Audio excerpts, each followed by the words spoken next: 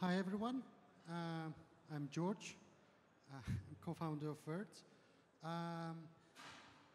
This speech I want to talk about compliance requirements and regulatory issues when doing NFT or Web3 business, but I don't want to scare everybody. I want to demystify some myths about compliance being very hard and NFT and Web3 or crypto business being very complicated. And I want to save everybody's time and potentially money in the future, so we don't need to go and find very expensive lawyers or consultants and pay them a lot of money to tell you simple things. So before we jumpstart, this is going to be, I want to do a QA after the speech, but before we jumpstart, what is the audience? Are you builders? Are you buyers, sellers? Are you Web3 entrepreneurs? Builder? Okay. Well, good. What? Okay, very good. Yeah, so you'll hope this will be a practical keynote. So yeah, Web3, what is Web3, first of all? It's a network of decentralized applications. It's a new type of web, a new type of way of doing business. And it has, first of all, it's like a network of dApps that talk to each other, exist on blockchain, and users can interact with them. It's a different paradigm. There's no servers, there are no clients, not like a traditional e-commerce or internet. It's different. And the key aspects of it, there is permission. It's permissionless, so anybody can participate in Web3, and anybody can download a MetaMask and interact with any smart contract and buy an NFT, do a DEX transaction, or transfer money to anybody. It's decentralized, so there's no central counterparty, there's no central entity, and that's why you can't really control Web3. You cannot really one day just shut off Web3 or restrict the access to Web3 like it's done in Web2 world. You can shut off any Web2 app very easily. And it's trustless, meaning that you don't have to trust, and this is very important, you don't have to trust the owner or operator of the decentralized application. As a user, as a consumer, you always know what you get. So when you make a smart contract call or when you buy something from dApp, you theoretically always know what you're going to get. And the last thing, which is also very important, that connects everything, is that Web3 has its own payment rails, Ethereum, Polygon, whatever, blockchain payments. And this is the key aspect that secures everything. It's trustless and decentralized just because it's guaranteed by money, which is natively embedded inside. So, and this is a different thing. And the issue with Web3 these days is there are no issues, first of all. The problem is that it's not 100% adopted by everybody, meaning that not everybody in the world is crypto native. So Web3, we're going to transition to decentralized internet and new forms of commerce once everybody will have cryptocurrency as a first method of payment, not fiat currency, but cryptocurrency. So blockchain payments, once everybody going to have a wallet, receive salaries in ETH or whatever cryptocurrency, then we're going to transition to a different world. But up until now, we still have most of the people with fiat money, so there are some issues with Web3. So now let's move to actual complications or compliance requirements. So first of all, when we talk about Web3 and doing business in Web3, we mean that people sell something. Mostly it's tokens.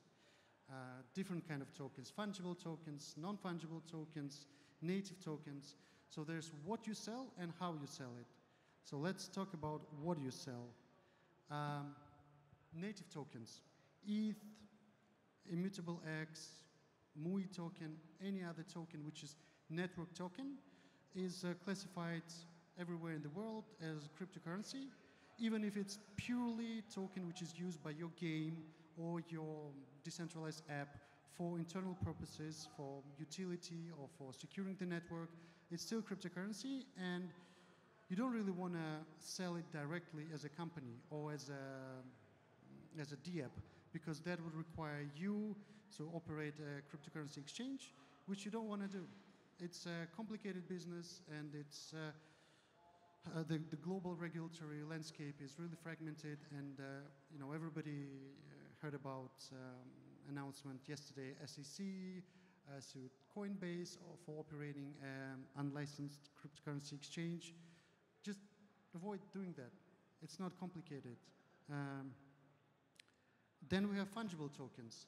And fungible tokens can be kind of like network tokens. They can be just a payment or exchange token like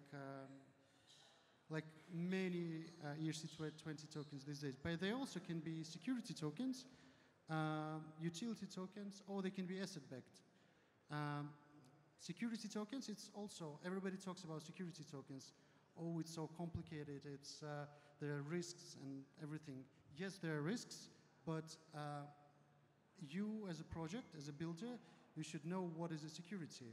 Everybody knows what is a share, what is a bond, so don't do that. Don't structure, don't issue anything which represents a bond or an equity in your venture. So don't offer profits, don't offer a share in the protocol. Just don't do that, and that's it. It's not complicated. There are no hidden risks. It's really easy. Now we have utility tokens and asset-backed tokens. They are unregulated in most of the spaces and in most of the countries. So this is something which is okay from regulatory perspective, and there are no hidden risks there. And now we have fungible tokens. In my opinion, fungible tokens is just a mere representation of a real-world asset. If it's an avatar, it's still an asset. If it's a JPEG, when people sell JPEGs as NFTs, it's still an asset. So in our opinion, NFTs are just certificates of ownership that are linked to some real-world assets. It can be those assets can be tickets. It can be future services that you as a DApp want to provide. It can be a membership. It can be IP rights. It can be items, but still NFT that represents utility is unregulated. Anybody can issue and sell those NFTs for good. There are no hidden risks, nothing. But there are some aspects of NFTs that are sold these days that can be tricky. It's NFTs that has royalties linked in, and NFTs that represents bonds. It's also popular. Those NFTs will be treated as securities, most probably, and you as a DApp or you as an issuer of those NFTs should be try and avoid it. Because right now, if the market is really nascent and you sell 10 million, you sell a collection of an NFTs, it's 10 million, it's okay. But in the long run, if you want to build a healthy business, the legal model should be sound. And royalties, anything that represents future profit, it's most probably a security. And just avoid it. Do something else. Do something differently.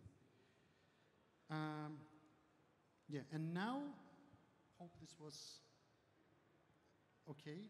And now I want to talk about the ways how you can sell.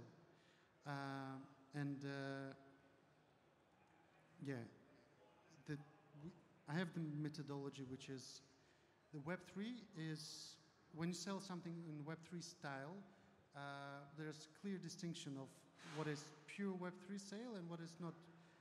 You have on-chain payment and live minting. So an ideal scenario is when you as a collection or you as a project set up a sale contract, do it once, set up the NFT contract itself, and put a front end to it, and that's it. You set up something once on the blockchain and it exists and people interact with it. And in the ideal world, when everybody is on Web3 and everybody has crypto, this is the only way to sell.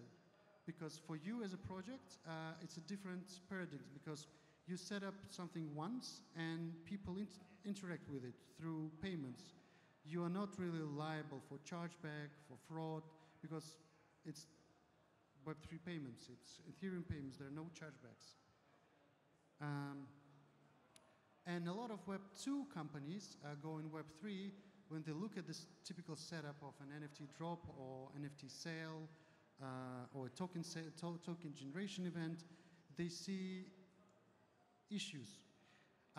They see issues that this kind of a type of a sale is not really suitable for a Web2 audience because people don't have crypto wallets, people don't have crypto. Sometimes projects are not comfortable selling and receiving ETH because ETH is volatile. Sometimes, gas fees are excessive, and sometimes there are bot attacks on the projects, or buyers just buy and then instantly sell it on the exchange, which is also not really good. So all these issues, there are easy solutions for them. Your users don't have a wallet? Easy. Just use any third party that does wallet creation on the background through a social login. Just sign in with Google and that's it. People don't have crypto? Easy. Use Wert or use Wert so they can use fiat and a card and they can purchase the NFT straight away from the smart contract. ETH is volatile? Okay, use USDC as a contract currency and receive USDC payments directly from your users. Gas fees are excessive? Okay, use a different blockchain. Use Tezos or Polygon. There are plenty of blockchains. Don't know how to set up an allow list to avoid bots, or don't know how to do a token lockup? Use Cookbook or Third Web. There's plenty of ready-made smart contracts and templates that can help you. It's really not that complicated. And with, it's not complicated. And as I was saying, a lot of Web2 companies that are going into Web3, they're trying to do workarounds around that. And they call it Web 2.25, which is not a Web3 style. Meaning that they usually try and marry off-chain payment, like credit card payment or a fiat payment, with the back-end mint. And it looks like you're buying an NFT in live mint, but it's not. Because it's not a native cryptocurrency payment. And still, if you operate such a drop as a company, as a brand, you are still liable for fraud and chargebacks. You're still liable for VAT, and you have to do proper VAT accounting, which not everybody understands. You have to have a separate crypto processing, because sometimes, and when it's really interesting, Web2 brands, they're trying to sell their NFTs to Web2 users. They somehow manage to do credit card processing, but they forget to do proper crypto processing. They forget that you have to do, if you have a smart contract, the only way to interact with smart contract is with ETH or with cryptocurrency. Yeah, that's all. Yeah, 1 second about Wert. We are a fiat on-ramp and NFT checkout. We enable any Web3 business to onboard consumers through a credit card transaction. So if your users don't have crypto and don't have wallets, you still can do a proper Web3 drop and proper Web3 business with just our help. Yes. How is that not Web 2.5? Very good question, thank you. So it works on top of an. Yeah, so how is it not Web 2.5? Yes, so it works on top of an existing smart contract. So on the checkout page, you have buy with ETH and buy with a card. And buy with ETH works the same as if you don't have a card processing. It's just a normal, MetaMask transaction. And buy with a card works on top of that flow. So we, as a service provider, gonna deposit money to the smart contract the same way as if the consumer was buying. So it works existing. Yes. Correctly. But this is not a promotional keynote. I don't want to make it promotional. I want to. Yeah, so if anybody have questions about how to do, what are, I don't know, any issues, risks, don't know, please ask. We'll be very happy to discuss.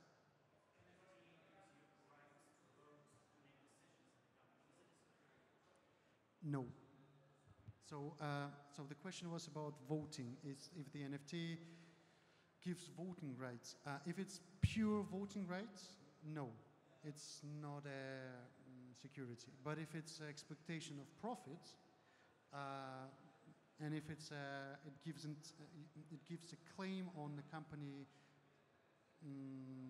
balance sheet, like on assets of the company, then it's a security. It's a pure security. It doesn't matter whether it's ERC20 or it's an NFT. If something gives you that rights, it's a security. And also, like, everybody's very afraid of, like these days, everybody's very afraid of security tokens and selling securities. But if you do it right, you just have to do it right. You know, there are certain regulations that you have to follow, and I mean, it limits the scope and it narrows, you know, the number of users that you can get. But still, it's possible to do. It's not impossible. It's not something, you know, too expensive to perform. Yes.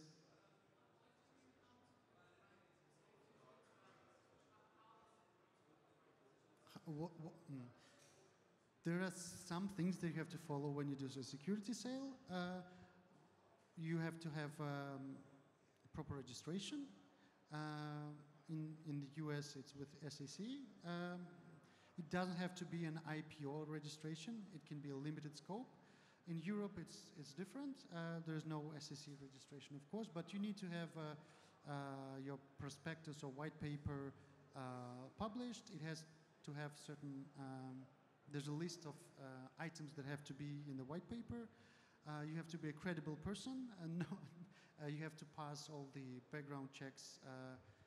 Yeah, it's not also, it's doable. It's just different. You just cannot advertise it the way you advertise NFTs. You cannot run a Facebook campaign saying, invest in my NFT and get rich tomorrow. You just can't do that. That's the complexity. Yes. Sorry? Yes. Sorry? No, so the NFT, if the NFT itself, so what is NFT? It's a certificate of ownership of something, right? So you own NFT, you own some rights. You can treat it as an asset. You can treat it, so the contract that is behind the NFT gives you some rights, ownership, and so on. So this is, you can treat it as an investment contract, right? Or a contract, or an asset. And if this asset has future profit, which is not linked to your performance, imagine as a dividend. So you buy an asset and you have dividend stream. It's a security. The same with royalties. What about a company that, like taking most generic example, like Bored Ape Yacht Club, for example, and then ApeCoin. So you have the Bored Ape Yacht Club, or you have the Nike, for example, you will get a certain portion of ApeCoin. Isn't that Yes, yes, this may be considered as security, and I think there were some rumors that either SEC or somebody has done an assessment that it looks like a security. There's no formal enforcement, but yes. That is one example of a royalty payment from an like stemming from an NFT, basically. Yes. What, like, is there? Can you like? Do you have any other examples, like just from a practical matter, like perspective, just understand what to do if you're launching? Artist royalties. Yes. So when you fund, there were fan tokens.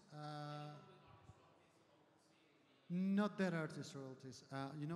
When you know fan tokens, athlete tokens, kind of, yeah. So when you buy a token, and then the artist, or that is the athlete, will pay a portion of his income, future income, to you as a royalty. Yeah, this is a pure security. Like,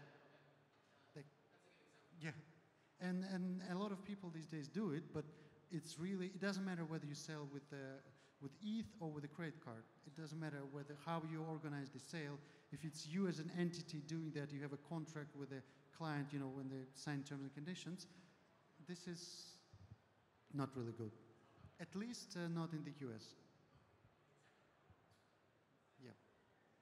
Yes, please.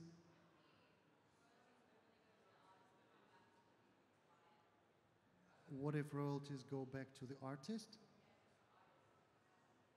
I don't understand. If a user buys the NFT and is entitled to royalties,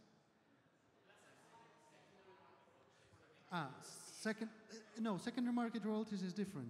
It's a resale thing. No, it's different. But it's when the artist pays a proportion of his profit. This is kind of a security aspect. Imagine this as a company. Imagine an artist is a company. He does some stuff and earns money, and then he distributes some of the profits with his token holders, or for company it's shareholders. It's a security thing. So this item is a security.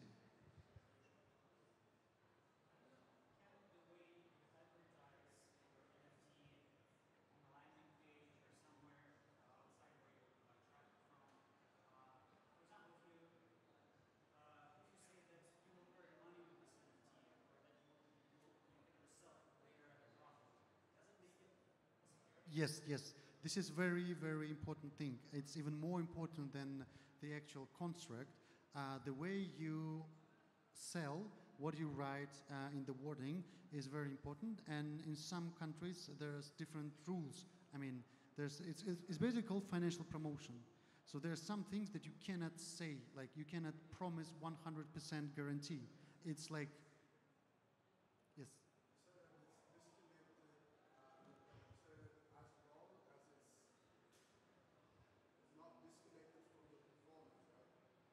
As long as it is disconnected. So if it's disconnected from the performance, I mean, okay, you as a, when you buy this thing, if you want to buy it and you buy it just because it generates profit, then this is a security. But if you buy it and then you generate profit with it, it's a tool.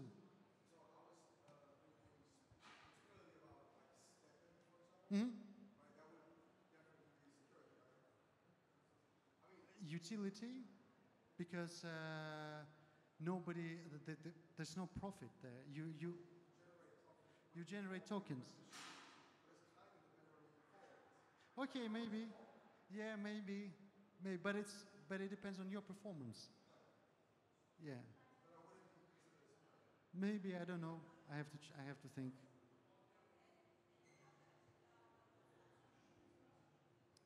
Cool. I think that's it. We ran out of time. Thank you.